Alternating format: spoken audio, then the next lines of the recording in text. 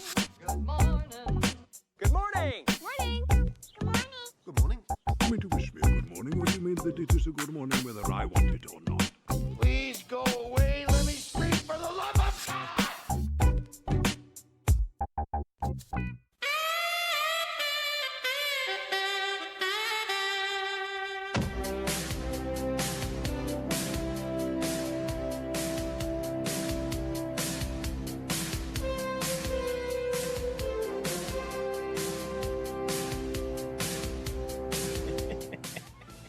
I kind of want to just let the music play through, Ben. Like, it feels sacrilegious to be talking over this.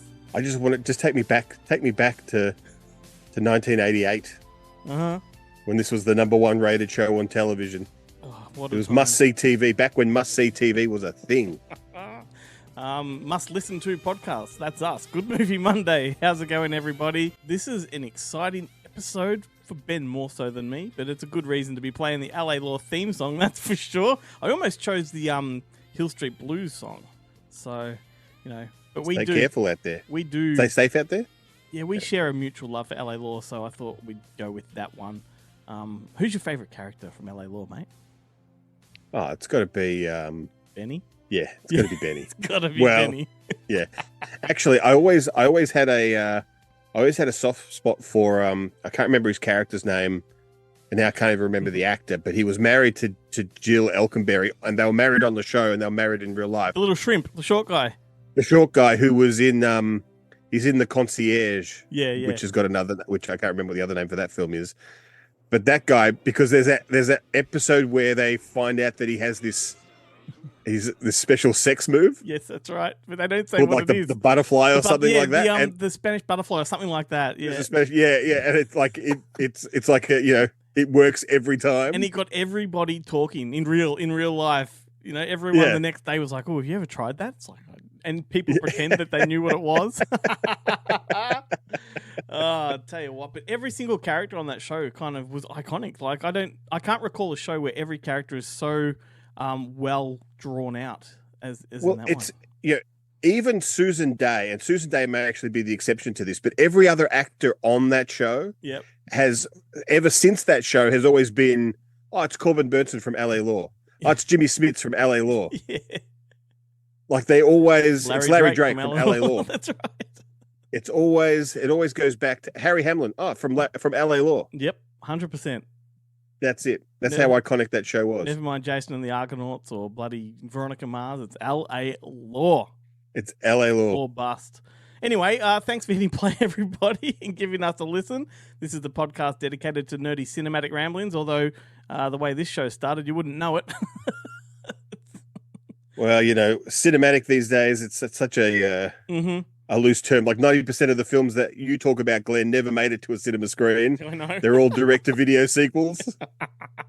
Glenn here, Ben there, and as I said, an exciting one for us because we're talking about, we're going to talk a lot about television, but movies that are about television. So this will be a fun one. I think we've done it before. I think back when we had Belle Luscombe on the show, I think we may have done this as a theme, but hey.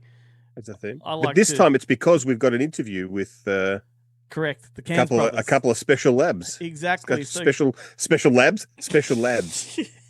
They are good boys. They're good boys. Cameron and Colin Cairnes, the directors of Late Night with the Devil, going to be chatting with them in a little bit. So definitely stick around for that. What a fantastic movie that is. But also on the show, we've got the usuals. We have Jarrett coming up in a few minutes' time, coming from a tropical location. I think we might have to jet across and visit him, Ben. Just do a little bit of a magical mystery tour. Pretext for the video component. And the Boneheads scraped in within the nick of time. We'll explain that in a little bit. But we're grateful to them. It's going to be fun. And we've got some music, of course. And you can listen to all of the songs that we play on this show on our Spotify playlist, which is a Good Movie Monday, the music. Just look that up. And all of our social medias, go to goodmoviemonday.com and just click the link to whichever one you want. Facebook, YouTube, you name it. TikTok's a good one. It's got all of the short, snappy, funny moments. We just cut the fat. We trim the fat and just play the good stuff on TikTok. In fact, why listen to us now? Just go straight to TikTok. So, I mean, there are so many great movies, and we're going to talk about a few as the show goes on that are about television. Some I just want to lob into the air. I don't know what you've got in mind to talk about, but off the bat, there's some really great obscure ones like UHF, the Weird Al Yankovic movie. That's a banger. Where he inherits a cable network, a cable TV station. And then puts it to the number one position on the ratings. Such a good movie. Mm-hmm. Series 7, one that you've talked about a few times on the show, is a good one. Yeah, I love that film. So from comedy to dramatic or action thriller, then we go back to comedy with Wayne's World. Like, can't ignore Wayne's World. In fact, I should have worn my Wayne's World baseball cap. That's the top of my list there. The old Wayne's World. I love... and then you got, like, if you want SNL comedy, SNL have done a few. Anchorman. Yep. Anchorman 2. Scrooged. Yep. Tootsie. Anything that contains anyone who was in SNL. Yeah, they don't... It's an SNL movie. That's right. It's not technically an SNL production, but if they're in it, we're going to call it But if they're in it, it counts. Broadcast news kind of counts because it does. What's his name? Albert Finney? Albert? No, not Finney. Albert. No, who's Brooks? the Oh, Albert Brooks yep. did all those digital shorts for SNL. That's So it exactly counts. right. There's got to be someone in Shock Treatment that's from SNL. That's the sequel to Rocky Horror. The sequel to Rocky Horror Show, which all takes I think place was made inside- here, wasn't it? Oh, it may have been. It was Jim Sharman directed. He's an Aussie, but it all takes place inside a TV studio, and I reckon that's one of the classic underrated movies. Like, that is a movie that gets better every time you see it. And I want them to do a stage show. They keep reviving the fucking Rocky Horror Show. They should do Shock Treatment. I now remember. Yeah. I was telling you off mic that I had planned this show out completely, and then earlier in the week, and then I completely forgot what the movies I was going to talk about are, and then I just remembered one which in my head is called Remote, but it's not Remote. What's the Stay tuned. No, it's the or Mum and Dad Save the Universe. Yeah. No, it's not that. It's set in the it's Ted Kotcheff directed it, and I'm pretty sure it stars not C. Thomas Howell, but at the time the C. Thomas Howell, back when he used to look like C. Thomas Howell, Kevin Dillon. What's the one where I know what you mean. The VHS. It is called Remote, I'm pretty sure. Because you could buy it straight from you could buy it straight from the director's website, which is where I got my Blu-ray copy. Yeah. Is it Kevin Dillon? Yes, I think it is. If not Kevin Dillon, Peter Berg or someone like that. I think it's Kevin Dillon. I just like he had the Remote Control, I think it's called. Is it called? Because when I looked up Remote Control, I got the other one. You keep talking. And I was like, is that the I'm looking it up now. It's a fucking great film. Keep talking. Let's have I'm just scrolling There you go. Remote. It is Remote Control. Yeah. It is Remote Control from 1988. Director, not Ted Kotcheff, Jeff Liebman. Yes, that's Jeff right. Liebman directed it. I thought it was the bloody Satan's Little Helper guy, but you're right. Yeah. Yeah, and a very attractive Jennifer Tilly is in it, and Deborah Goodrich, who I seem to remember from Just One of the Guys and April Fool's Day and stuff, is in it as well. I'm pretty sure she's in she's either in A Nightmare on Elm Street or a what I love about this Friday the 13th. The Blu-ray I purchased straight from Liebman's website. I love that on the back it's got the whole, number so and so of 1,000, but they've got to the point where they're not filling in the number because they've gone past 1,000. Yeah, it's no longer a collector's item. Yeah, what a great. Oh yeah, geez, I'd love to work on that film. I'd love to release that one here. But that's the movie I was going to talk about as my, right. which it's not really about TV. But it kind of is, because it's about things that people will watch on TV, because it's all about it's hidden signals in the VHS that yes, that's right. That take control of people. Yeah, that's right. Trigger people. But you know what we did late last week? We put it out to our Facebook page, just to get some other titles that people love that's all about television. So we've got some. I'm going to go through them. Our good old mate Aaron Goxie himself, who's been playing at the Melbourne International Comedy Festival for the past couple of weeks. He suggested Anchorman, which you've already mentioned, which not surprising coming from Goxie. Jarrett, who we're bringing into the show in a minute, he suggested the TV set from 2006. I don't know that one. Yeah, that's David Duchovny, and I think it's directed by Jason Reitman or Oh, I might know it actually, someone like that. but I don't think I've seen it. I think actually that may have come across my computer when I was looking up titles for this show, and I just didn't pay it much mind. And then he had Bradley James Pritchard come in with Videodrome, which is a classic. Yeah, A classic. The Scanners is cathode ray. Scanners is a TV show themed one, and that's certainly one that influenced Late Night with the Devil. That's for sure. Our good listener William Rodley came in with the obvious one, Network, but The ultimate. Mr. Reliable himself, who loves a shout out on the show, Brody Kane.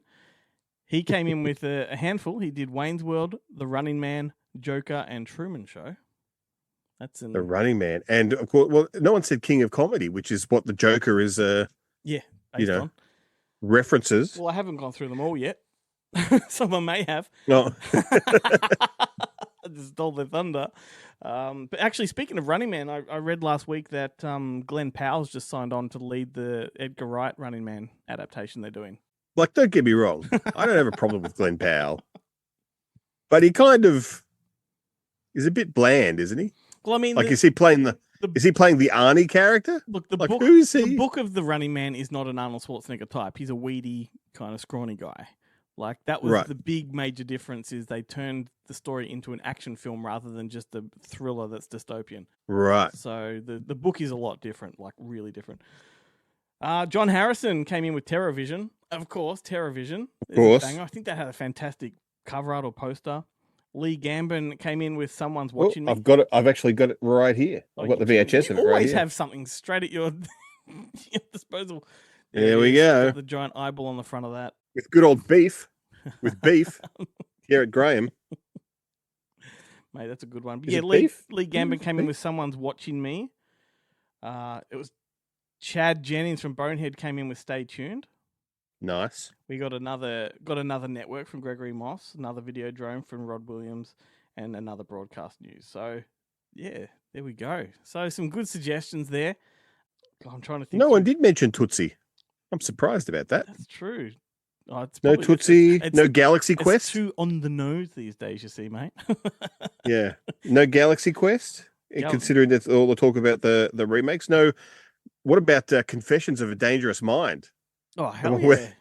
Chuck Barris is the CIA operative / host of what's the host? Is he like not Jeopardy, or it's like Price is Right, or Yeah, like a, some yep.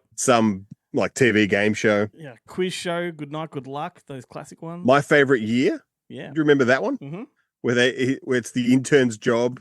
It's cousin, isn't it Cousin Larry, or is it Ari Gross? I just saw Cousin Has to Larry get on a video Peter O'Toole. this afternoon. I saw a video of that guy on Dick Cavett with Spike Lee, of all things.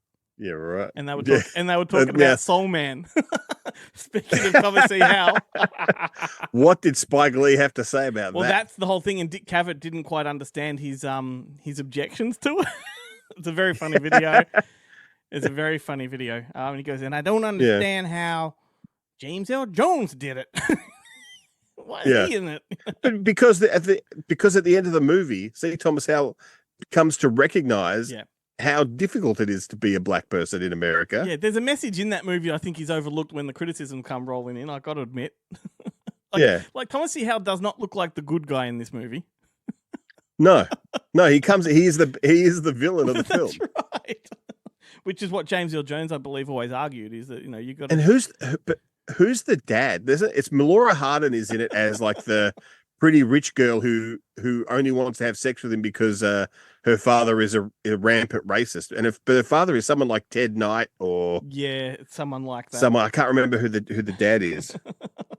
Oh, that's funny. Look, I've got a soft spot for Soul Man. Don't come after me.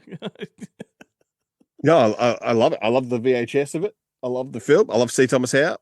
I stand by that. Ari love. Gross is the best friend. Did you say that? Leslie Nielsen is in it as Mr. Ari Jones. Gross is the best friend in Soul Man, but I can't remember. Is he in My Favorite Year, I don't know. or is it Cousin Larry? Julia, Is Ari Gross cousin Larry? No. Julia Louis-Dreyfus is in there too. I need to really go back and watch this movie. Sorry, Spike.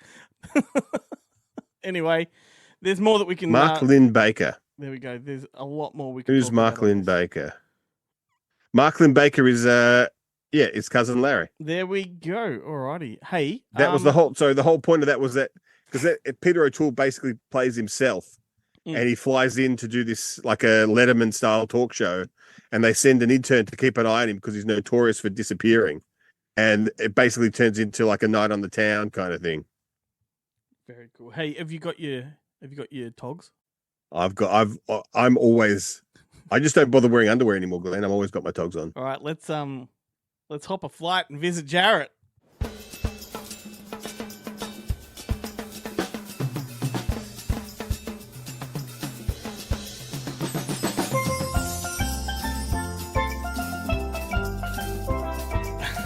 How's it going, Jarrett? Good. How are you guys going? It's nice and warm out here. Yeah, it's just fucking. I'm just beautiful, so happy to mate. be on holiday in Hawaii. It's beautiful. Cue up Weezer's Island in the Sun. Absolutely. Well, gentlemen, I'm down. this week on Home Entertainment, we've got no new releases in terms of new films. They're all classics headed to Home Entertainment this week. So I hope you're ready for them. I guess. I prefer about classics three-quarters to new of films them. for the most part. Anyway. 3/4 of them Ben worked on. Well, now I'm excited. I wish you would have warned me because I won't remember what. I've noted any of them the down details because are. I didn't want to put you on the spot with that one. But yeah, I guess we Thank kick you. off with Umbrella to start with. And the first release is Tank Girl, which is coming out in a pretty spectacular special edition.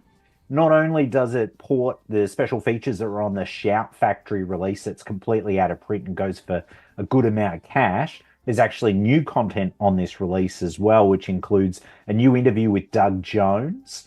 And then there's also a video essay with Alexandra Helen Nicholas titled, what was it titled?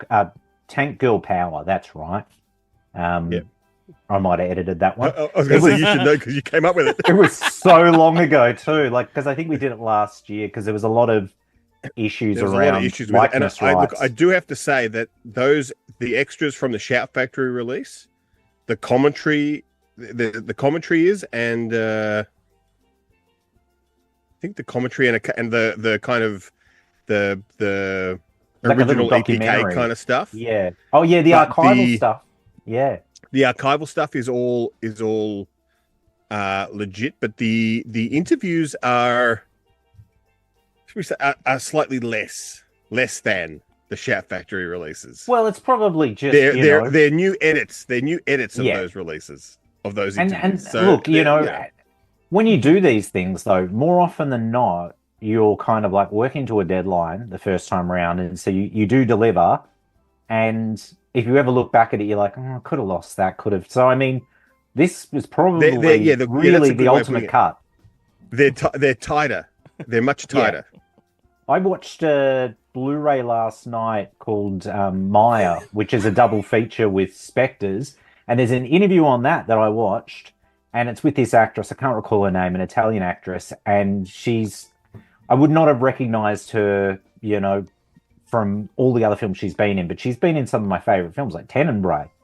But she spends, I think it's a half an hour featurette. She spends a good portion of time talking about Caligula, and then a good portion of time talking about Tenebrae. And then when it comes to Maya, she talks about the film for all of but 2 minutes. 2 minutes. I loved it because I was like, I just actually probably preferred hearing about those other films. But Yeah, it's like if generally you're going to that get if you're going to record an interview with O.J. Simpson on your airplane on your Naked Gun 33 1/3 Blu-ray, all your questions are going to be about the Bronco and the whether or glove. not the glove fit. Well, that's, If the that's glove not gonna fits, that's not gonna you can happen now. Juice. That's not gonna happen now. No. So Tank Girl, that one's coming out on Blu-ray, and at the moment you can still order that collector's edition version that's on the Umbrella site, but I don't know how long that will be for. It's probably whatever overrun they've got from pre-orders. Then the next release they're releasing is Time Addicts, which is coming out on Blu-ray. This, of course, picked up Best Australian Feature at Monster Fest. Was it Best Australian Feature? I think it was Best Australian Feature. I think it was, and this is I think a new it one. was. This is a new film. Yeah. Oh, sorry. Yes, absolutely. It is a new one. Yeah, completely. Yeah, this one's got a commentary. It's got a festival Q&A. Unfortunately, it's not the Monster Fest Q&A, which they could have had, but I don't know. I don't know. Yeah. Maybe they didn't know we'd shot it. But in addition to that, it's got outtakes as well. So yeah, I'm keen to revisit this one because I really enjoyed it. I saw it twice I actually. believe Saw it- this release has snubbed the filthy DVD. Yeah, just Blu-ray, Yep. Blu-ray. And if you order through the Umbrella site, you get the snazzy slipcover, but I think the retail version is just, Mhm. just this slick alone. Then the next release is a classic release. It's Coffee that's coming to Blu-ray. And from the looks of it, it looks like it's porting most of the special features from the Arrow release, but then it's got the addition of an all-new trailer reel. And there's a doco on there that actually I want to check. I think it's called Badass Cinema, which is directed Yeah. by what's his name? Ben, help me out here. The Stuff, Larry Cohen. Yeah. Larry Cohen. Larry And Cohen. the trailer, I believe. No, the trailer reel wasn't, but that documentary was curated by Mark Gartley. He organized that for the release. Oh, excellent. Because yeah, that But was he the had thing I'm nothing to most do with the rest excited of it. about it. He just Made it got them that doco. No, oh, well, excellent. Yeah, no, I'm keen. I don't know if I've still got the Arrow release. It could be somewhere. Not in the cupboard of shame because I have watched it and it would be in the collection. God knows, I'm pretty sure I have it. But needless to say, this is one I'd be picking up. The next I one think I've is got another- it. I think I've got it at home. So if once this this conversation is gone and we travel back home, I'll have a look and see if I've got a course, copy. yeah. But I can't tell right now. It's not with me on the island. All I I've didn't got to bring do it. to I get didn't home, bring it. all I've got to do to get home is sort of reach through there. Yeah. It's like clicking your heels together and you're transported back home. I just pulled a DVD out. What? I feel like we're in Narnia. We just have to travel through the For those through people the headphone that corridor. are listening to this on the show, there's a video component you might want to go and have a look at on our Go socials. check it out. Yeah. There's an incentive. If you haven't watched us, go and see this. Yeah. It's a must Up see. next, Luau. And then the next release, Ben, this is another one you definitely worked on, Ransom. Oh, Glenn disappeared there for a second, but he's Second back. time. Did you teleport back home? Yeah, got a couple more. All right, well, if you come back and you're half man, half fly, that's when I'll begin to worry. So Ransom, aka The Terrorists, is coming out on Blu-ray with Sean Connery. One of Ben's And- recommendations which, recently. You didn't bring it to the island, Ben. Stop looking. No, I'm looking at because I did bring with me a pile of new releases that came in the mail that I haven't had time to put I didn't have time to leave them at home, so I just had to shove them in my suitcase and bring them with me. Makes sense. And, makes sense. I did. I'm pretty Hang on. sure. For people that are just listening to the podcast on Spotify or whatever, we've got No, this tropical makes sense. backdrops. We've got tropical backdrops. We've got to lay some context here. It's a beautiful tropical backdrop too. I Yeah, don't know how we've the- managed yeah. to frame ourselves in the exact same spot. It's incredible. Yeah. I mean, and also as a further incentive to go watch the video, we're all wearing bikinis. It's true. magical. It's quite magical. So Ransom, yeah, that I one's can't- coming out, Yep. and that one's I got. can't what's- remember if I've got Ransom. That one's My got own a personal copy. film historian commentary, and it's a triple commentary too. Or these guys are they Sean Connery sort of experts, or what's the caper Well, with? It's Lee Pfeiffer, who's the editor in chief of Cinema Retro magazine, Right. Okay. and along with Paul Scrabo and he's going to kill you. I can't remember the third guy's name, but they do a lot of commentaries for. They actually did the I believe. Did they do the Molly Maguires? They did another commentary for another. Don't Sean tell me you Connery brought film that for to the Imprint. island with you as well. That one came out months ago through Yeah. Imprint. Surely, But I have you haven't just watched packed it all yet. of Sean Connery's films with you? Yeah, I haven't watched It's a it yet. Doctor and Doctor No. Yeah, I Yeah. hope he's got medicine, man, because we could head up to those hills and watch it. It'd be beautiful. I just Lorraine Bracco. That's all I've got. What's that on the beach? Uh, Looks like a shell. Yeah, but it does have. Yeah, but Did it you, does have. did you but bring it your is- Zardo's mankini as well? That's the bikini I was talking Yeah, about okay. with the bandolero, the bullet belt, Yeah. and the ponytail, Fucking hell. rocking the old ponytail. But yeah, so it's got that commentary. It's got newly commissioned art from Tony Stella. It has It's It got has a Kim great- Newman on it as well. Is that a video essay or is that like a piece to camera? It's a piece to camera. It's him talking about Sean Connery's wild and wacky 70s career, where he Right. was kind of really finding his feet. Emphasis between- on the wacky. Yeah. He was kind of coming down from being. He just walked away from Bond because yeah. Sean Connery's he's a weird guy in that he's really a character actor trapped in a movie star's body. Yeah. And he always was, much more interested in doing movies like The Offense and Anderson course, yeah. Tapes and stuff like Ransom. But he got stuck because of Bond. He just became this superstar, and he absolutely hated it. But He hated it So so much that he came back in 1981. He came or back, so yeah. and did Never Say Yeah, well, Die or whatnot. I don't know if he you must have I don't know hated if the you money. saw- I was going to say, I don't know if you saw when he passed away, his home on the I think it's in the south of France went up for sale, and it was magnificent. But you could see why. I'm sure that last Bond film just would have paid for that house. Well, I mean, he Yeah. came back to Bond twice because after Lazenby left, he came back, and then Yeah. and then he And came then back for he Never did Say the other Never. one. Yeah. Yeah. Well, those toupees that he wore in all these films, they ain't free, Glenn. I don't pay. Yeah. And I'm sure Toupees sure, don't like pay all- for themselves. Have you both of you been down that rabbit hole of conspiracy about how The Rock is actually a James Bond movie and how his character is James Bond? It's phenomenal. I No, but highly that sounds recommend it. fascinating. Yeah. Look it up on Yeah. YouTube. It's a really long video. It goes for about 20 Now? minutes to half an hour. And it Have we- actually have we got time? it connects so many things that it makes you believe that it was intentional that he's James Bond. That's incredible. It sounds like it's up there with the Corey Feldman music performance is a complete, prank that's been played All on of us. the timelines, And like, Avril Lavigne's a cyborg. yep. And Diddy's a good, honest man. All of his character's history in The Rock, the dates align with things from James Bond. Wow. Okay. Yeah, Yeah, I'm right. definitely going down that rabbit hole for sure. Yeah. And then I'd like to revisit The Rock because it's Fucking been a oath. while. Yeah. I mean, damn, I'd love that to get a 4K release, but it's trapped in the Touchstone catalog, so it's under lock and key of Disney. So I think that's what last week. I think Arnold Schwarzenegger said his biggest regret was turning down The Rock. Oh wow. Okay, fair Yeah, enough. right. Yeah. who Well, was yeah, he- because what was he doing instead? Is he the would have Nick been Cage doing character? Yeah, I think he was the Nick Eraser or Cage something character. like that. No, he- surely. I mean, if End you're of going to have Days? Arnie in it, I think Arnie should have been Ed Harris. That would have been fucking great. I think he but I do turned love it Ed down Harris. for Terminator 3, which had a long production. Oh, yeah, of course. Actually, funnily enough, I know it's kind of a slight digression, but I did listen to Edward Furlong on Michael Rosenbaum's Yeah, I watched podcast it, yeah. recently. That was heartbreaking when he talks about how he got the Terminator 3 role, then went out to celebrate getting the Terminator 3 role, and basically, Fucked his You know, contract. yeah, the contract was like, stay sober, don't get on the drugs.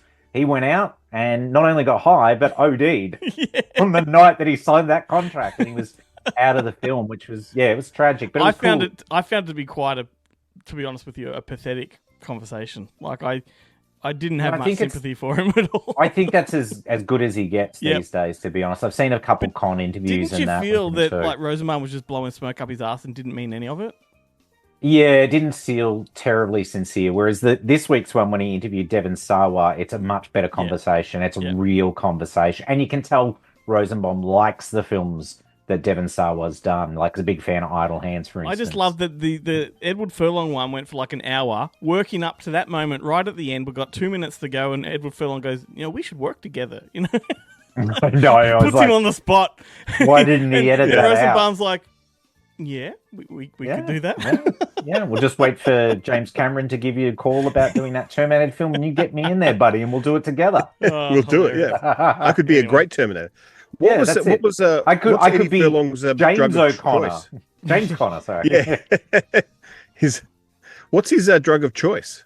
Was he Heroin. is he heroin? He got drug? into the heroin, yeah. Heroin. But the Apparently night when he was OD'd, it was overseas shooting a cocaine, film. wasn't it? Or was it heroin?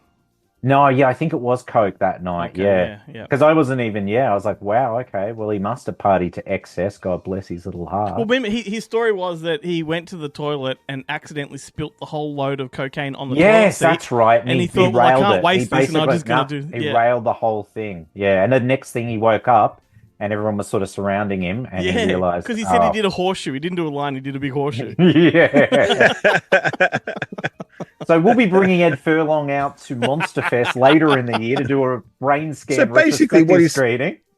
What and he's taking saying him down is to Tankerville to do some rails. to do some sand. But what he's saying is, in order to not waste all the cocaine, he because it snorted was all the already cocaine. it was spilt everywhere. It was spilled So everywhere. He but- couldn't but- get it so he back in the snorted it. baggie. So he thought, snorted it. bugger it, I'll snort it. He snorted it. He OD'd. Then they Yeah. brought him out with a rapid detox, totally killing the buzz. Yeah. So he I wasted know, it anyway. Yeah, totally. But And he then might have lost got an adrenaline millions shot. of dollars. Yeah. And he blew out his septum. Yeah. So, Yeah. What the fuck are we And talking was, about? and was left to party with Uncle Ron. And that's what it came down to. Now Uncle Ron's in prison. He's got no one left to party with. So, yeah. although Anyway, poor old you Ed could Furlong. say- We digress. you could say that Coke saved him from doing Terminator 3. Well, true. Yeah, it wasn't a great film. No, Not not by any stretch. It's the only. No. Do you know it's the only Terminator film in the Terminator franchise that I have never upgraded from DVD, and I own all of the others either on Blu-ray or 4K, like Dark Fate, bloody Genesis. I gotta any say, of them. Salvation is the only Terminator movie I hate. The rest I can And handle. I have that on Blu-ray as well. I think it got down to a comfortable $8 or $9, and I went, "Oh well, may as well." Takes me back to the So- old rewind digress days. Exactly.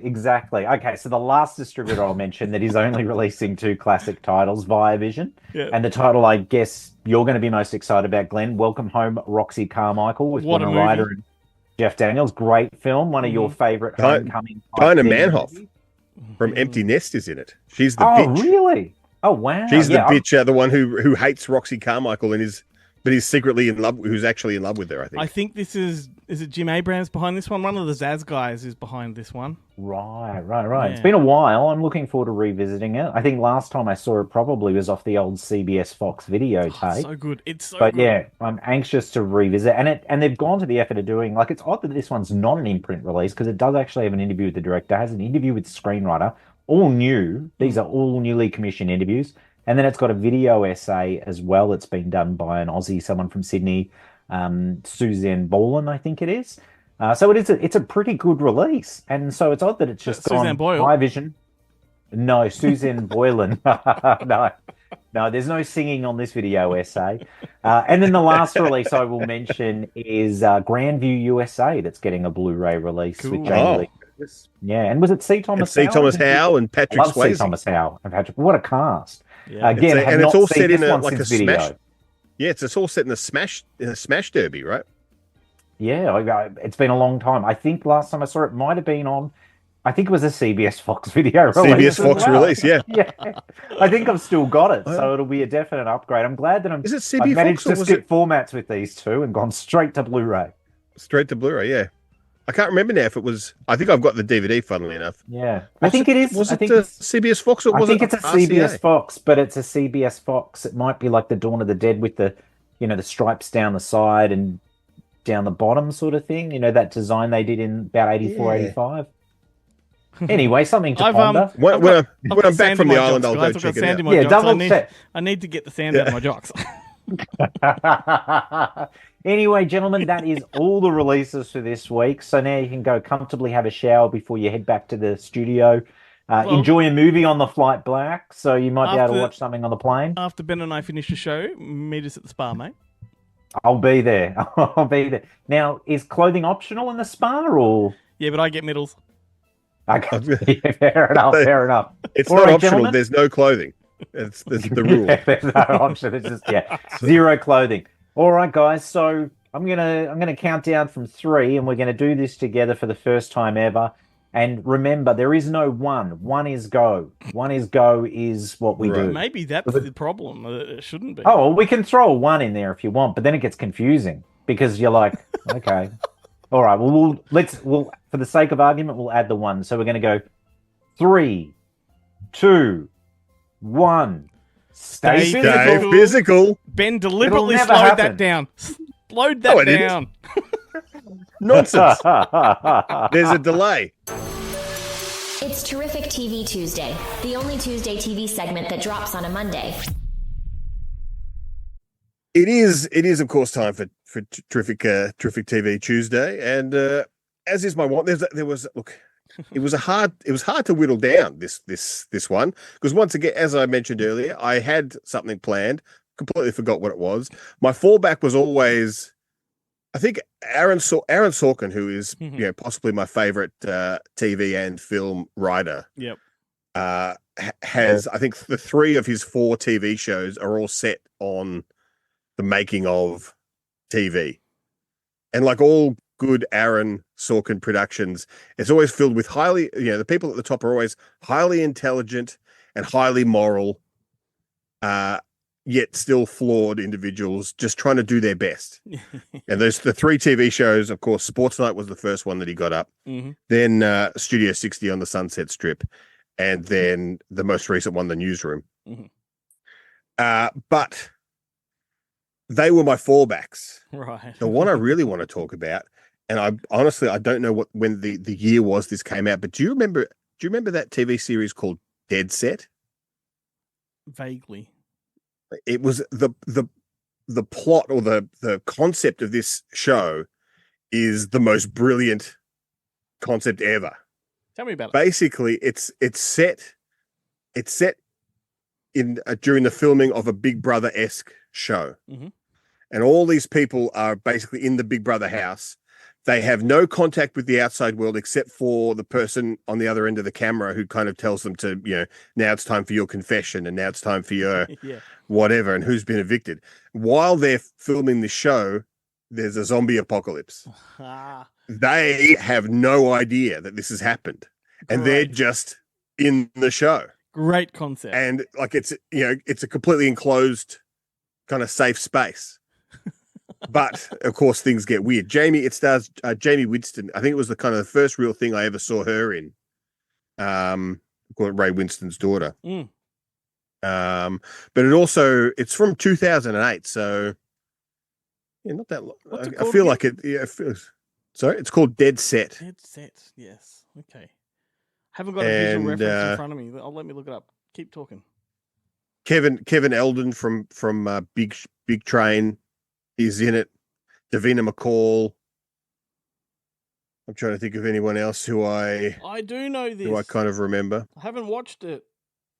I love It's it. in the true, it's a British TV show. So in the true nature of British TV shows, it only goes for like six or so episodes, and it's like a one and done type thing. They never did a sequel or anything like that. But it did come out on DVD locally. It appears that it's been I'm sure it'd be. renamed. Maybe in America, it's also got the title Reality Z. Really? Yeah, that I can. That's a stupid name. Maybe, yeah. Yeah. Dead Set's much better. But yeah, look, definitely worth checking out if you're into either horror TV shows or TV shows about TV, or just Jamie Winston, Or TV shows about reality She's a pretty TV. good. Or TV shows about reality TV. Yeah. I mean, imagine like if you're watching F Boy Island, and I think this is the second or third week in a row we brought up F Boy Island. Yes, indeed. But just imagine if there's the rest of the world undergoes a zombie apocalypse, and it's just Abby Chatfield and three. They eat a lot of meat in that, don't they? They certainly do. Yeah. Well, They swallow a lot of salami. I wanted to be as obscure as possible for mine. And I've got zero, i.e. fuck all notes in front of me. And I thought back to a show that was one of my favorites in the early 90s, and I know Ben's going to know it. I wonder how many other people will. I'm going to hold it up for Ben, but do you remember Das Kapital?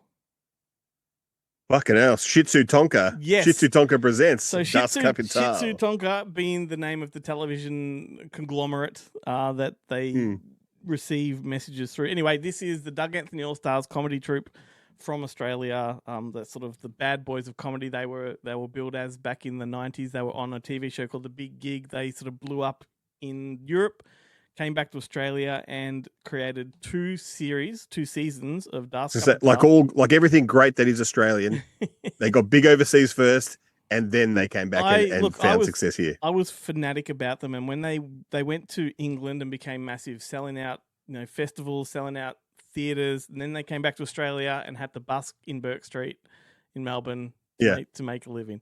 But anyway, they went to the ABC Channel 2 and made this show, and it's kind of the only comparable title I can think of is like Red Dwarf as far as the aesthetic goes. Like it is, the premise has them in a world where it's pretty much a dystopian future where the world is run by one big news conglomerate called Shitsu Tonka, and they have been sent to the bottom of the ocean in a submarine to archive all of the world's history, like in one submarine that is. And that's just an excuse for them to do funny stuff on the show, and they've got characters that come and go: Flacco, Psycho Bob, Bob Down. Bob Down. Ross the Cockroach. It's time for Pick-a-Tit. That's right. All the rage. Beige. Beige. And I just adored this show. And the connection there, as obviously with television, is there's lots of intercuts throughout every episode with, television fuzz that then they go to a news segment, then they go to a sketch comedy, then they go to all these things that Shitsu Tonka... They cut to a song. All these things that Shitsu Tonka are broadcasting in the real world. And at the end of season 1, spoiler alert, the submarine is nuked. They explode and they get flung into space, where the submarine becomes a spaceship, and that just opens the door for more comedy. And it is just one of the most outrageous, hilarious, subversive, avant-garde, if you want, kind of comedy shows. And I just think it's worth a look. So Das Kapital, everybody. It's on YouTube. Every episode there, you can check it out, or you can go onto eBay and find the. I wonder if those DVDs are still available. On eBay, you can get them. I'm pretty sure. On They'll eBay, probably fetch about $30-$40 each, but it's good stuff. Worth it. Well worth it. And the Doug Anthony All Stars, they only ever made 2 live show videos, which are both now on YouTube. I highly recommend them, particularly live in London. And they made 1 film, which was called The Edinburgh Years, which is like a documentary. And then the ABC, about 2 years ago, commissioned a 2-part documentary about the history of the All Stars, and it leads all the way up to Tim Ferguson's illness and all that. It's amazing, fantastic stuff. Well, I think wasn't it Paul McDermott's head disappeared up his own ass, and that was the kind of. Well, they disbanded because of Tim Ferguson's illness. They didn't tell anyone. Oh, really? Yeah, they didn't tell anyone at the time he had multiple sclerosis, but he couldn't perform anymore because he couldn't feel his legs, and that'll do it. And so they all kind of. But he was also the host of Don't Forget Your Toothbrush with Miss Wendy, which lasted for 1 year, but it also only lasted for 1 year because he got too sick and couldn't carry on. So they never bothered to consider a second one. But for many years, I think Paul copped a lot of the flack for their breakup, and everyone sort of said, he got too big for his britches. I guess because he found commercial success with Good News Week and that kind of stuff. But he just also seemed like he was the natural breakout. Yep. Richard Fidler became. He's amazing now. He's one of the most successful podcasters in Australia. Yeah, he hosts Conversations on ABC every night of the week, I think it is. And it's a fantastic interview show. But yeah, he kind of went down the serious path. He went from comedy to sort of dramatic journalism, if you will. Whereas the other two, I think Tim still teaches comedy. He still writes films and things like that. So he's still punching the comedy bag as well. But there we go, Das Kapital. What's Paul doing now? Paul's doing lots of things. Well, when after Good News Week finished, he then hosted that big gig revival that was called The Sideshow on ABC. Then he hosted, which I remember. He hosted that quiz show on ABC when he had the big ugly fuck off glasses. Kind of like Hard Quiz. Yeah, that's when I thought he'd lost it. Yeah, and then he definitely did. Then he looked really up himself in that. But then they got Das back together with Paul Livingston as Flacco, taking Fidler's place because Fidler couldn't commit to a reunion because he was doing his radio show. So Das toured in a different format. I just figured that what's his name had basically Andrew O'Keefe had just replaced him.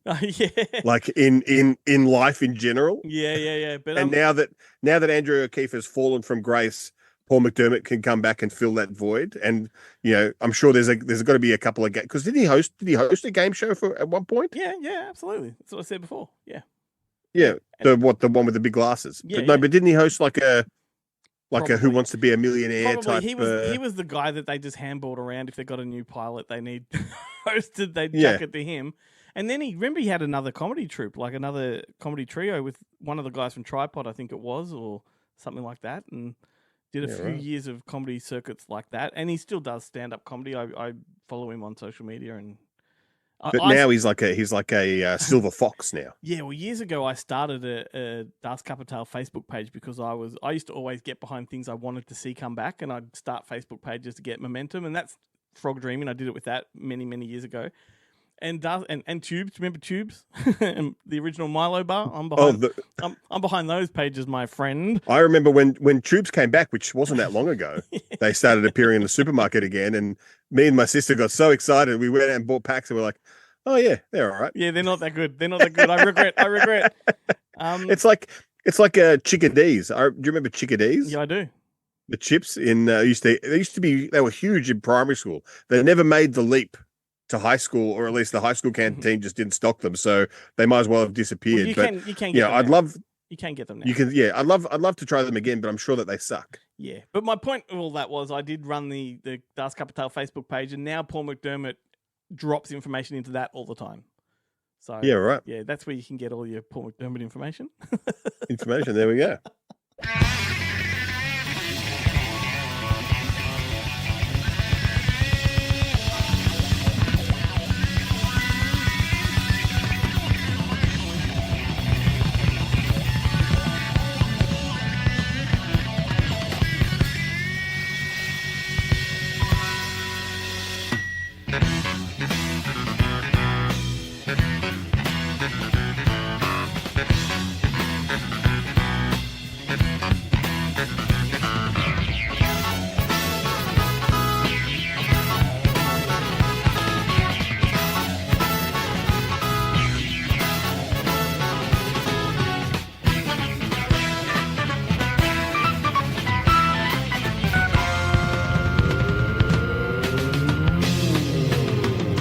I am gross and perverted.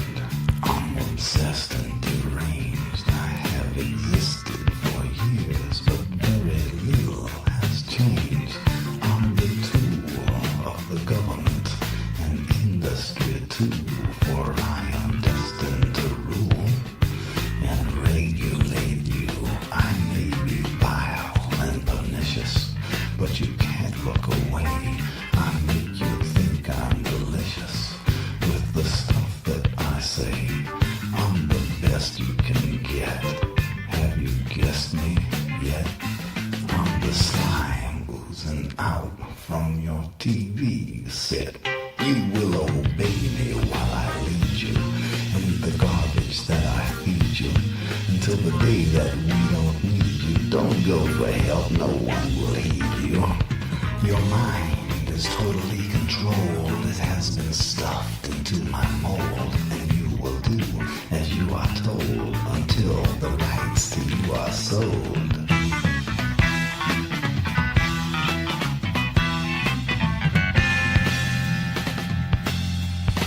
That's right, folks. Don't touch that duck. Well, I am the slime from the video. Who's in along on the living room floor? I am the slime from the video. Can't stop the slime, people look at me go. I am the slime from the video. Who's in along on the living room floor? I am the slime from the video. Can't stop the slime, people look at me go.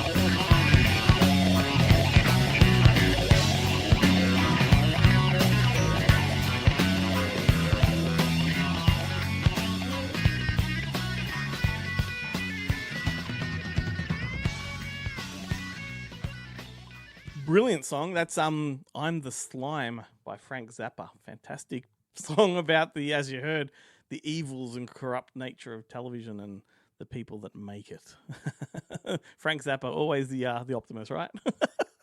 Yeah, it's the original counter-revolutionary, That's right. The original Curb Your the Enthusiasm. voice of the counterculture. That's right. But that leads us right now to my chat with the Cairnes brothers. So, Late Night with the Devil. What a unique, original movie this is. Like, I haven't seen anything like it for quite some time in the format that it's presented. It stars David Desmalchian.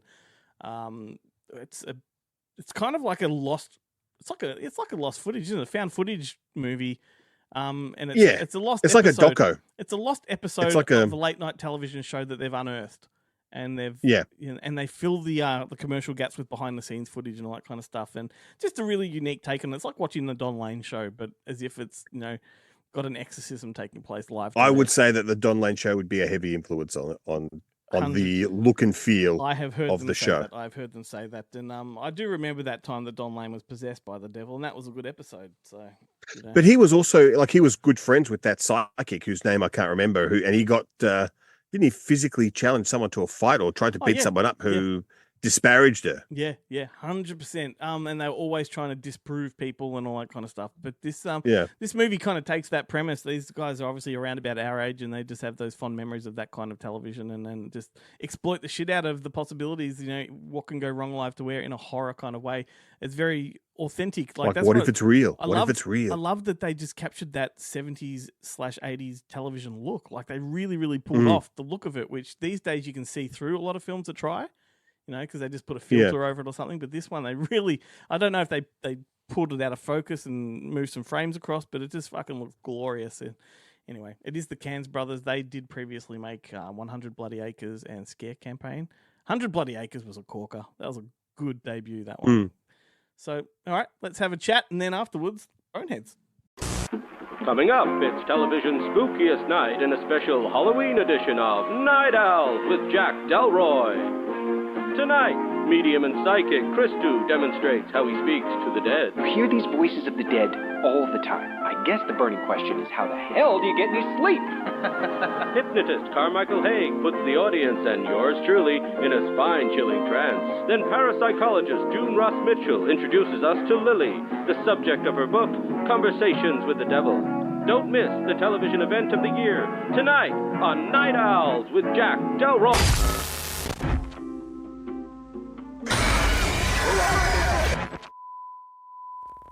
Hey guy. Hey, how are you? Paul and Cam. Nice to virtually meet you. Got a very impressive Blu-ray collection behind you. Thank you, sir. One of your films or two of them are over there somewhere. Just such a unique horror film that you've made here. There's so many devil movies going around at the moment, but yours is easily the best. So congratulations. Thank you. Yeah. Thanks a lot. And about a bit at the moment, isn't he? He certainly is. I mean, the title itself of your film is just incredible. Like, what came first, the title or the story? You know what? That's a good question. I think the title actually did come pretty early. It was, yeah. Yeah. It maybe, I have a very vague memory of us sort of, pitching shit to each other in our old office around the corner here in South Melbourne. And it was obviously very vague at that stage, but I do remember the title, yes, Late Night with the Devil, and that feeling kind of catchy. Yeah, But suggesting where this thing might go. Yeah, it's a good springboard. Roger Corman days where you just come up with a bit of artwork and make a movie about that. So. Yeah. So I was at the premiere of Scare Campaign way back when. That was like 8 years ago. It's hard to believe how long that was. How long after that film was made did the idea for Late Night come about? Ooh, I think we'd already had the idea, to be honest. I think after 100 Bloody Acres, we were just sort of,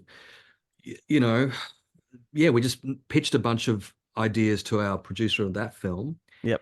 And Late Night was probably one of them, but we just didn't have a story to go with it. Yeah, we had maybe a title and this idea that shit goes down in a TV studio late at night.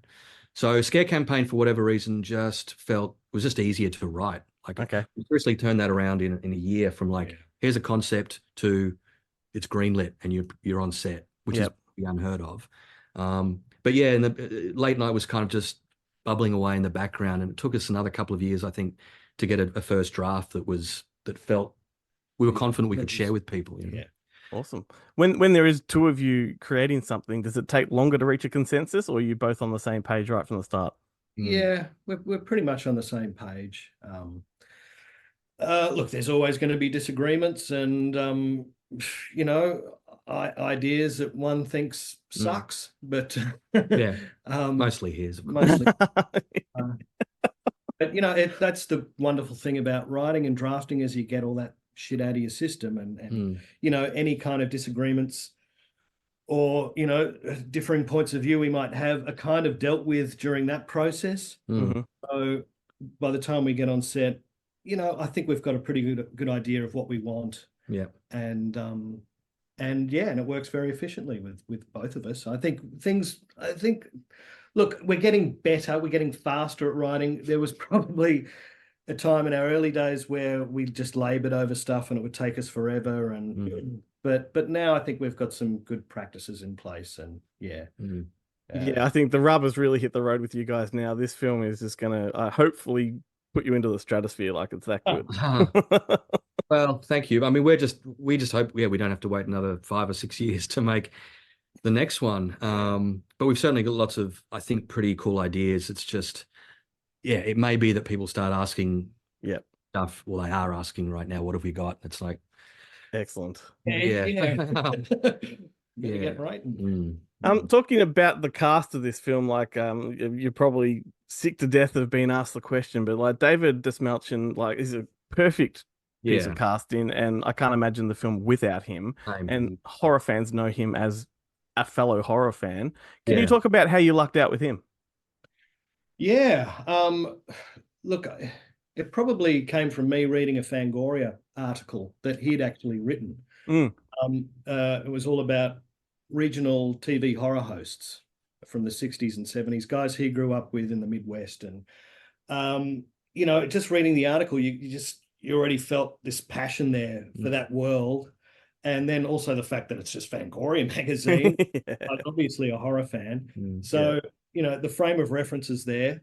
And the guy is an amazing character actor. He's an amazing actor, full stop. Yeah. And for him everyone knows him from these smaller parts in big movies, but that's a hard gig, you know, to come on and create this fleshed out character in, you know, when you've got 2 or 3 minutes of screen time. So we knew the guy could act, and we also knew he studied theater in Chicago, and, you know, he sort of trod the boards in Chicago for years. So yeah, he just seemed to have and I think boxes. just plus his look as well. A lot of people are commenting on just how he's got a 70s head.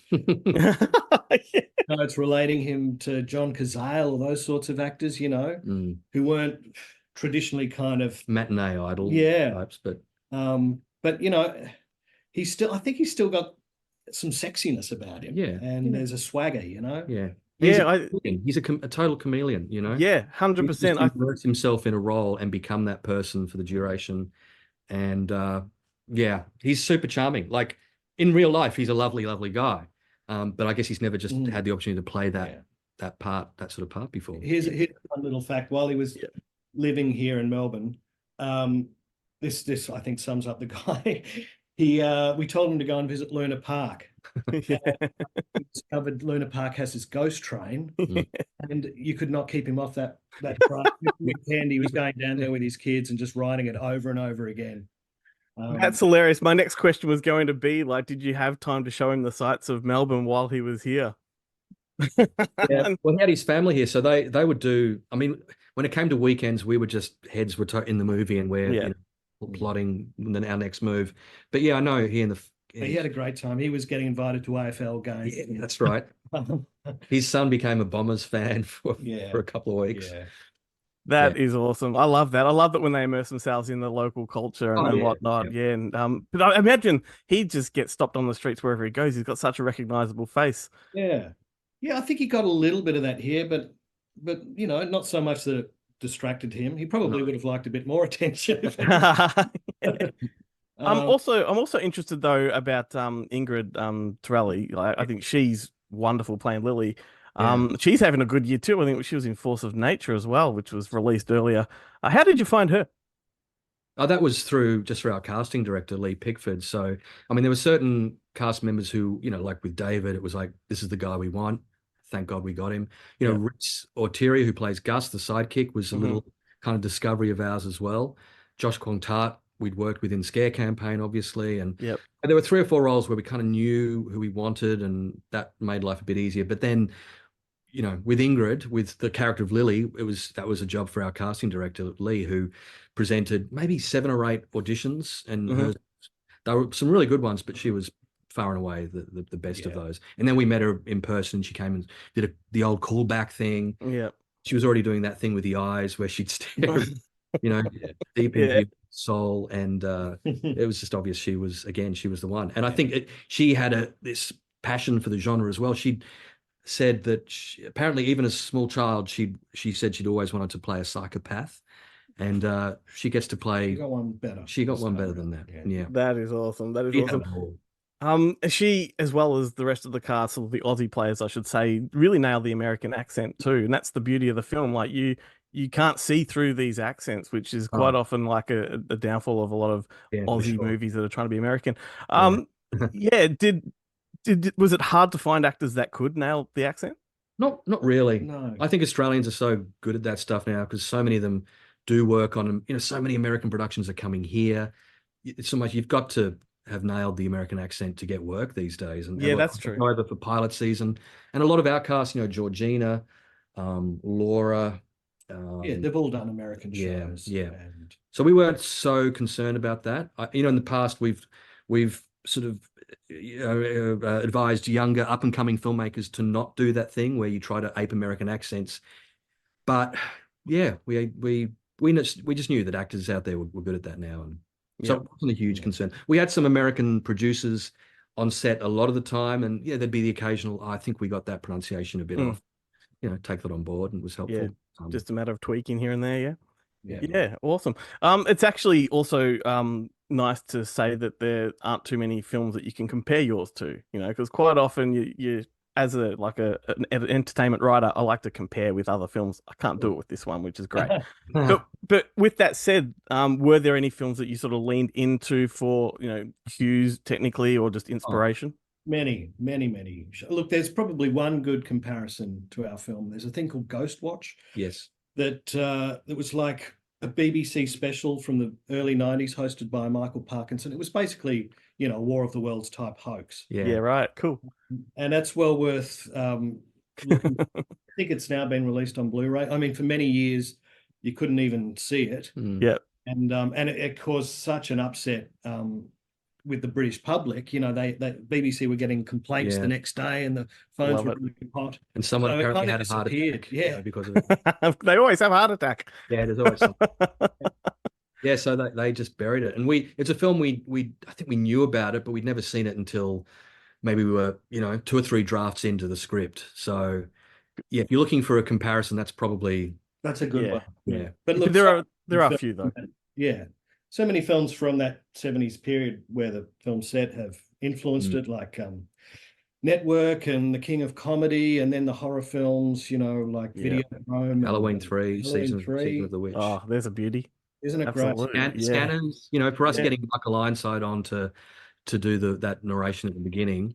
And even there's about 3 or 4 posters floating around now, but one of the posters is very much inspired by the Scanners poster as well. Is that the flame head one? That one. And also there's they all are. Yeah. Awesome, very cool. And of course, the plaudits are starting to come in thick and fast. You've got people like Stephen King and Mick Garris, really championing the film. You kind of mentioned before, some people are asking questions, but has this opened doors now that you're getting this attention? Certainly, a few more doors have opened. Yes. Since the last couple of films. So we're getting to meet some proper people, not just the mailroom boys. Yeah, it's just because it just opened in the US 2 weeks ago, and our distributor in the US is IFC, and it's been their biggest opening weekend for any film they've ever had. Amazing. So that opens doors. People now want to chat. We're the same guys making the same stuff, but Well, I want to see you two sitting at that Masters of Horror table. Like, that's where you belong. That's where you belong. Oh, we bumped into Joe Dante a few days ago. Oh, just casually bumped into Joe Dante. Walking out of a screening of Late Night with the Devil. Oh, incredible. Yeah. And what did he have to say? Did he love it? He liked it. Yeah, he did. Yeah. in fact, that's a movie I could imagine in his head. Like it's got Yeah, that well, kind of quirkiness to it. for sure. You talk about influences. One film we've been referencing in our Q&As recently is The Howling, and that final scene in The Howling in the TV studio when Dee was transforming into the wolf. 100%. Never thought of that. Wow, cool. It was a huge buzz for us. Yeah, you just bump into this guy walking out, and yeah, we had no idea. We thought maybe he was shopping with his wife. It's like, Mr. Dante, and he's like, yeah, we're two Aussie filmmakers. I just saw your movie. Incredible. And we exchanged details. Yeah, so we're in touch talking about stuff now. It's pretty cool. Yeah, I just read somewhere he's doing a remake of Little Shop of Horrors. Roger Corman, Yeah. Little Shop of Halloween Horrors, it's called. But anyway, I'm going to ramble now. Thank you so much for taking time to chat. Like, I do love this film. I think it's one of the year's best horror films, and I hope everyone catches it. You've given us a new Halloween horror film. Like, it's something different. Right. Yes, that was the plan. Yeah. Thank you. Awesome. Thanks, guys. Welcome to Bonehead Weekly Fun Size, and we're recording this week. And I've got deja vu. We're recording something about film adaptations. Specifically weird film adaptations. So it's hard to say, isn't it? It really is. Basically, the Australians will never be able to do it. Sometimes, a lot of times there are movies that are pretty, honoring the source material, but sometimes creators go really off kilter. So one of mine what inspired me to do this segment was me and James joking about Bartleby the Scrivener last week by Herman Melville, and there was an adaptation in 2001 called Bartleby, starring Crispin Glover as that character. And if you're not familiar with Bartleby Scrivener, it's about a man who gets hired at a finance place, right, James? Yeah, he's a script. He notes. He basically. He makes note. So, and he starts out fine, but as he progresses, he just starts saying the phrase, "I would prefer not to." So if every time somebody would ask him to do something, he would say, "I would prefer not to." And the same thing happens in this one. It's just a weird version of it. So instead of him taking notes at a finance area, they're in a public records department, and all he's required to do is file. But as they ask him to do more duties, he just says, "I prefer not to," until he eventually just doesn't want to do anything, and he just hangs out at the office. And it's got a weird cast. David Paymer is the boss. Joe Piscopo's in it. So is Dick Martin, Glenn Headley, and Maury Shaken, who Maury Shaken is one of these great character actors, and his character in this movie is just completely off the rails. So yeah, Bartleby. Okay, mine is next, and mine is Airplane. And then Chad gave me this full confession because I was having a hard time. But most people don't know that Airplane's based on Zero Hour. They think it's a spoof of the airplane of the airport movies that were made, and it is, which were written by a guy named Haley, who wrote, you know what he wrote?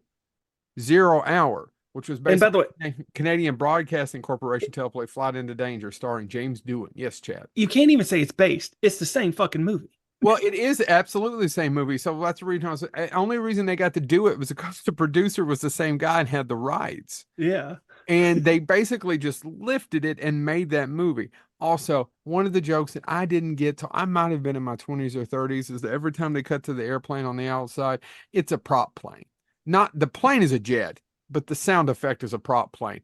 Why I never got that as a kid, I'm not bright. James. I am 40 and I never realized that. Till I said it right then? Yep. Watch it. It's a whole other level to the movie, Chad. Oh my God. I got to go back and watch it now.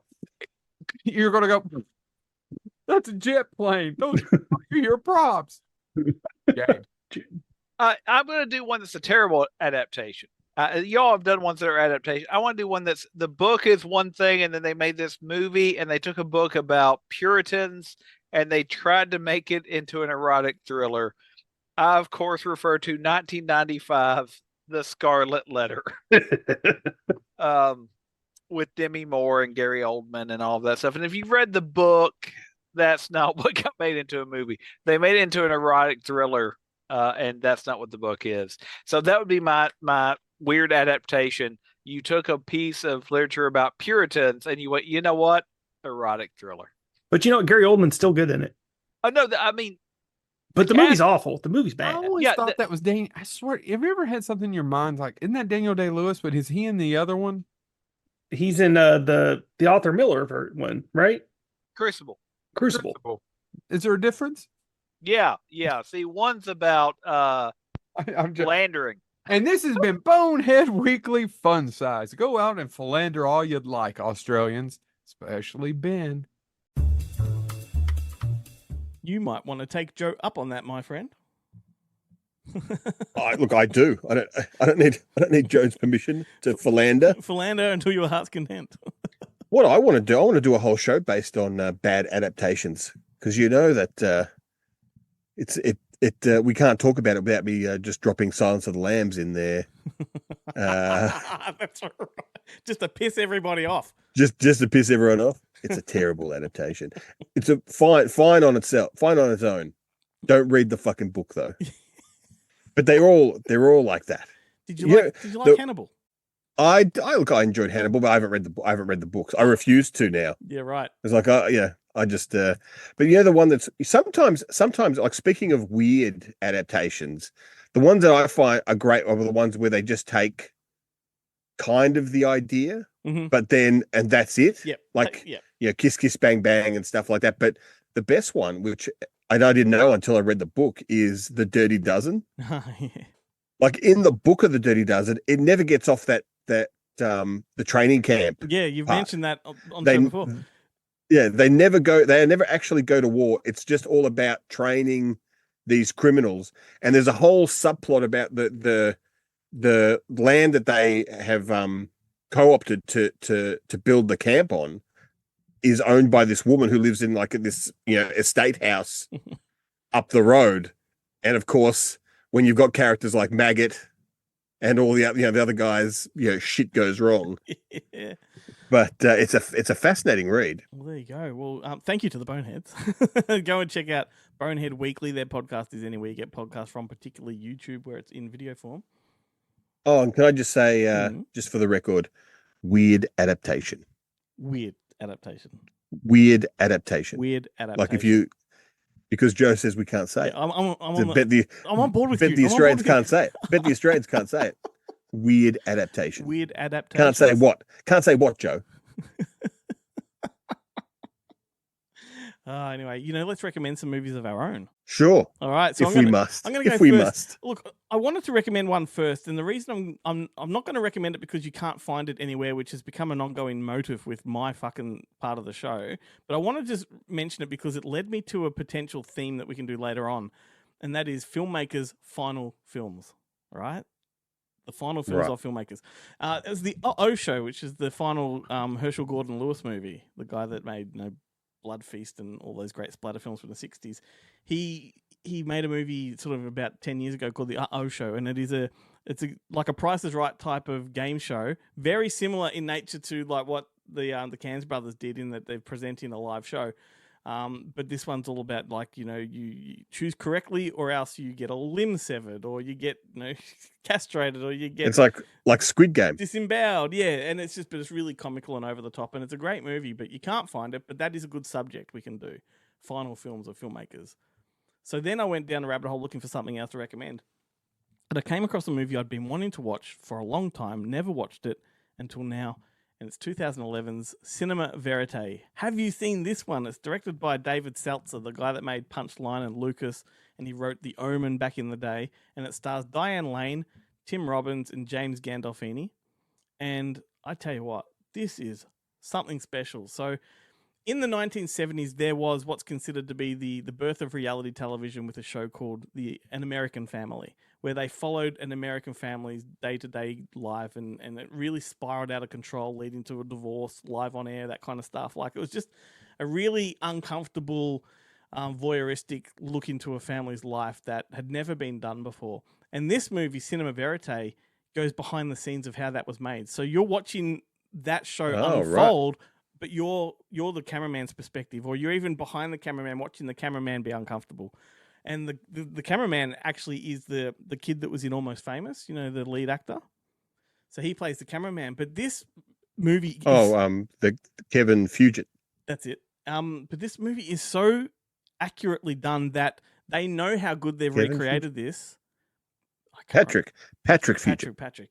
But they know how well they've recreated this to the point that they actually do split screens quite often to compare footage. Right, so as the movie's going, they show you, hey, look how good this is, and you can see it all happening side by side. The characters look identical, the production looks identical, and it's just so well made. And I think it was actually made for HBO, but they ended up getting theatrical in America. Don't know what happened to it in Australia, but it's just fascinating. Once again, that 70s aesthetic, it's just captured well. It's got a fantastic soundtrack. A lot of those great 70s pop songs are in there. Tim Robbins, like I sort of fell out of liking him for a long time, but I'm right back on board. Diane Lane, I think it's possibly the best thing she's ever done, which, she's done lots of great things, so that's a big call, but I stand by it. Cinema Verite, I just think they could have chosen a better title because I think that in itself would probably turn a lot of people off. Do you know that there's a Skinemax did a TV series called, I think it was called Reality TV. But it's basically that, but it's like the softcore porn version. Right. But it gets really fucked up because the wife, like the husband's kind of a bit of a loser, and so the wife is like fucking around, and the producers kind of egg this on, like they, but then the director has this bright idea of getting the husband to catch her. All right. And so they orchestrate the whole thing so that the husband walks in and catches her fucking someone else. But then he doesn't react.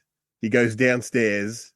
He gets an axe, and he comes back up and he starts killing everyone. Love it. Also, the daughter, who is like a good girl virgin, she, her boyfriend, basically screws her best friend, who's a kind of like the producer. Once again, the producers have manipulated this. Yeah. And so she kind of freaks out and then becomes like the school bike, and then becomes like a prostitute. Everything goes to absolute shit. But it's a fascinating show. Sounds good. Because what I was thinking with this Cinema Verite is you and I can maybe mash our heads together and come up with Cinema Verite Down Under, and we can go and recreate Sylvania Waters. How about that? That sounds good. Anyway. Perfect. All right, your turn, mate. I always thought, am I the only person? I always thought that Pauline from Sylvania Waters was Paul Hogan's ex-wife. She looks like because that was all happening because he had at the time that was on, he had divorced her for Linda Kozlowski, and that was all in the in the news and shit. What was her husband's name? It was Pauline and I wish I could remember, but I was glued to that when I was young. I just get him mixed up with the guy who was the dad in Chances. Was it I always think it's him, and I'm like, no, it's the guy from Chances. Was it Normie? Something like that? I don't know. Anyway. So, yeah, something like that. Go for it, mate. All right, I'm going to talk about one of my all-time favorite films, and this was a massive hit when it came out. I remember it being like a really big deal. But it's SFW. Yes. And I think this was actually because I hadn't seen The Gate at this point, so this was the first thing I ever saw. Stephen Dorff? No, Stephen Dorff. That's right. I was going to say had Patrick on the brain. Dorff Stephen on Dorff in, and also the first thing I'd ever seen Reese Witherspoon and Jake Busey in. It's got this fantastic cast, and basically it's about Stephen Dorff plays this guy called Clifford Spab.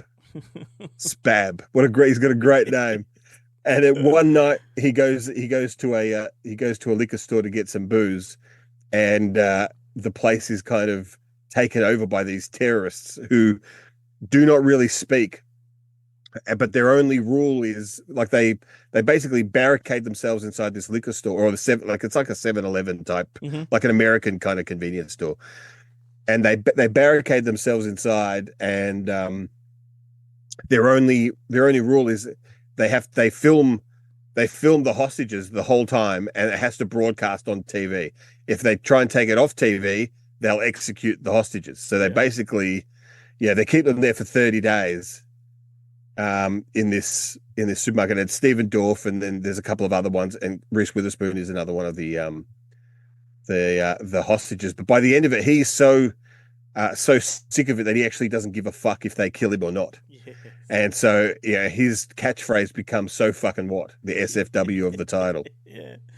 Far out. And then once it's all, then they get out of it, but then he basically has become this kind of pop culture icon, and it totally destroys his life. And he just can't escape. The paparazzi camp out on his doorstep. He can't get away. He can't get it.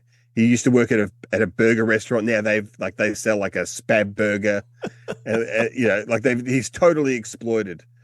But it's a fantastic film. I actually have not done my due diligence. I can't remember who directed SFW. You looked that up, but that time in the 90s was so full of these type of movies. Like Living in Oblivion was another one with Steve Buscemi. I don't know if you remember that, where they were all about either filmmaking or television.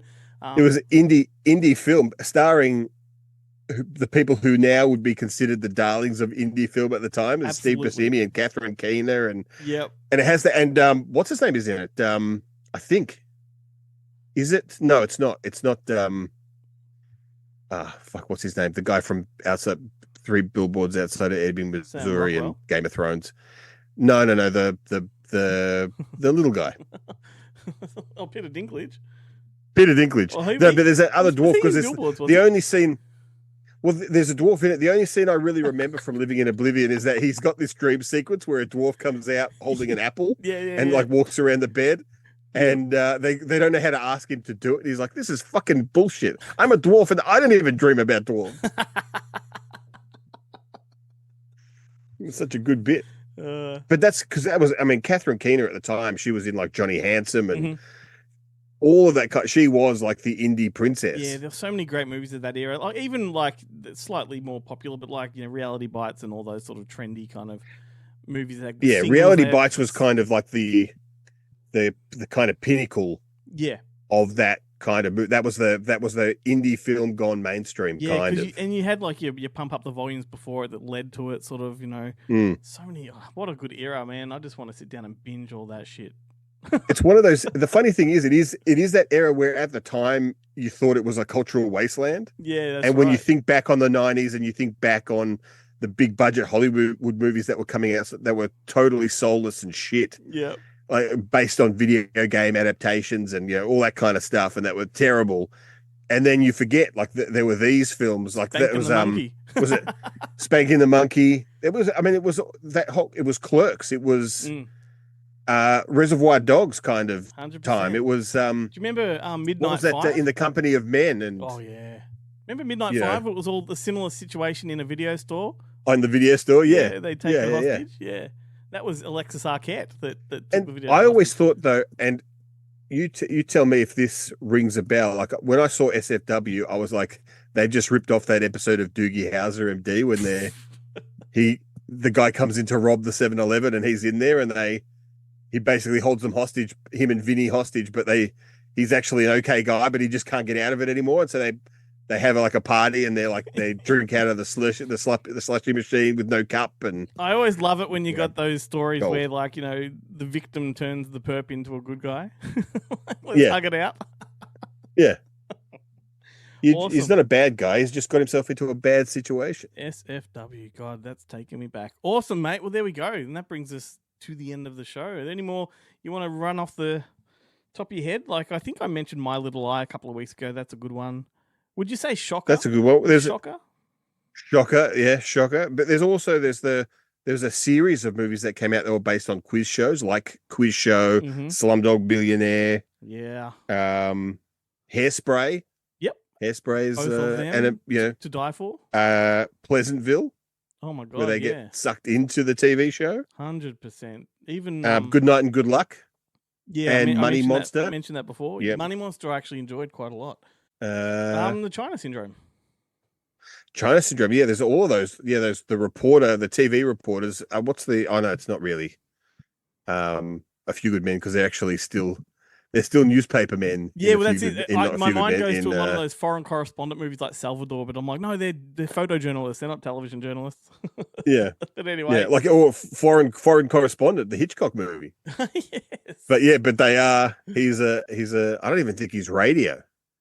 He's a print. They're print journalists. Oh my goodness. Anyway, we could prattle on all day. Or Elvira, Mistress of the I Dark, thought and of the that whole thing before 'cause I starts. can see her behind you. See her behind me, but it starts in the It certainly does. in a thing, Death Row Game Show, by the man who directed Nudist Colony of the Dead. That's also behind me right now. Oh, mate. Keep up the conversation on our social media, everybody. Just go to this episode and drop comments of more fantastic ones and maybe try to challenge us to some that we haven't seen so that we can have something new to watch. That'd be nice. And don't forget, also check out Shock Treatment. It's underrated. I think there's an Arrow Blu-ray of Shock Treatment that Oh, you could pick up. I have an old 20th Century Fox double pack that I treasure. But all right, mate. Let's call it a day and a week. Thanks everyone for listening. We're going to go out with a song by Daft Punk called "Television Rules the Nation." And Ben, I'll see you next week. Hopefully at the desk. Yes, see you next week. Television rules the nation.